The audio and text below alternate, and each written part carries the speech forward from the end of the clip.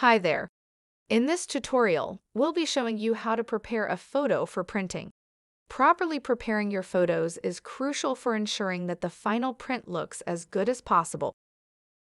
The first step is to choose the photo that you want to print. Make sure that the photo is of a high enough resolution to produce a clear and detailed print. You can check the resolution by looking at the file size or by using image editing software to view the image properties. Next, you'll need to crop and resize the photo to fit the dimensions of the final print. This will involve using image editing software such as Adobe Photoshop to trim the photo and adjust its size.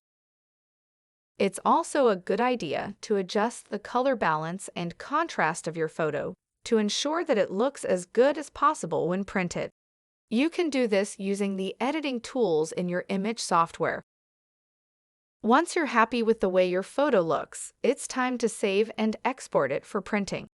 Make sure to save a copy of the edited photo in a high-quality format, such as TIFF or JPEG, and export it at the desired size and resolution for printing. And that's it. By following these steps, you should now have a photo that is properly prepared for printing. Thanks for watching and happy editing!